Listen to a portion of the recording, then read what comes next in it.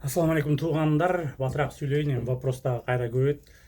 Жана границага барып келип, анан кайра эле биякта неправильное пересечение границы деп 115 закон, 5-я, по-моему, статья, 2-й часть деген.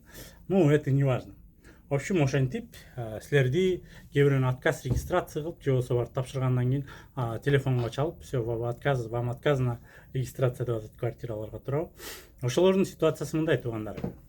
Кээ бирөө айтып атат, ID карт менен барып эле Казакстандын территориясына кирбей эле, Россиянын территориясына кирип эле кетсе, кайра эле келсе, ошолорду да киргизбей коет. Ал да болушу мүмкүн. Бирок көп случайде жакшылап окула.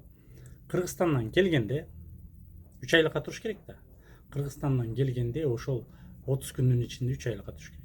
Ошол 30 күнү өтүп кетип, жанагы ызы чуулар, регистрациялар жаза албай атканда 30 күнү өтүп кетип, 2 ай болуп кетет. Же 2,5 ай болуп кетет, 1,5 ай болуп кетет, не важно.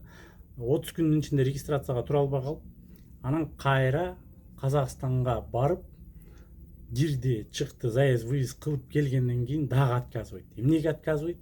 Анткени неправильное пересечение границы деген 30 күндүн ичинде бул жакта регистрация кылбай, анан сен бир да регистрация кылбай, сен Кыргызстанга барып, кайра эле кирем десең, срогуң биринчи болсо срогуң өтүп кеткен. Кайра кирип келсең, кайра кылбай калышы мүмкүн. Андай случай болсо, Кыргызстанда, грубо говоря, 90 күн жүрүп келиш керек да. Анан дагы бир жолу ушунун чечилишин айтайын. Туугандар, эгер силер 30 күндүн ичинде келдиңер, Кыргызстандан келдиңер, 30 күндүн ичинде жетишпей атсаңар, 30-чу күнү болобу, 29-чу күнү болобу, не важно. Барасыңар дагы Альфа, Бета, Гамма деген баары билген гостиница бар. Же болбосо ошондой эле ага окшогон майда чүйдө хостелдер бар. Ошолорго барып, биз жашайбыз деп номер бронировать алсаңар, вас зарегистрируют. Силер регистрация болгондон кийин, анан кайра жана квартирага ошону 3 айлык кылып перерегистрация кылып алганга мүмкүнчүлүк бар. Же болбосо 30 күндөн өтүп кеткен болсо дагы попробуйте ошентип. Мен просто азыр вопростун чечилишин айтып атам. Ошондуктан биринчи убакыт 30 күндүн ичинде киши жок болсо, сөзсүз түрдө хостелдерге барып, да акча кетет эми. Я вопрос решения. Акчаңарды кетирип, ошол жака регистрация кылып койгула, ошол жактан номер алып, жашайсыңарбы, жашабайсыңар, не важно. Чтобы забронируйте на 10 дней, у вас будет 10 дней регистрации. В течение 10 дней вы можете продлить свою регистрацию. Азыр жанагы 5000 штраф боюнча дагы. 5000 штраф боюнча дагы жанагы баары базадан чыгып кеткендер дагы ошенткиле. Ошентсеңер болот.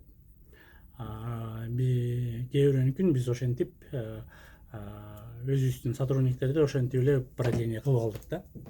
Ошондуктан барасыңар, хостелге регистрация кыласыңар 10 күнгө, бронировать этесиңер. Анан хостел силерди официально зарегистрирует, вы будете в базе, идете в ФМС, трудовым договором, үйдүн хозяину менен барып, можете официально зарегистрироваться на год. Ошол, надеюсь, очень түшүндүргөндөй эле айттым. Дагы бир жолу кайталайын, Кыргызстандан келгенде 30 күндүн ичинде регистрация кылып жетишпей калсаңыз, экинчи айга өтүп баратса, Казакстанга кирди чыкты кылганда да кайра кылбай коюшу мүмкүн. Ошондуктан 30 күндөн өтүп баратса, лучше сделайте хотя бы хостелден номер снимите, там зарегистрируйтесь. Салам алейкум.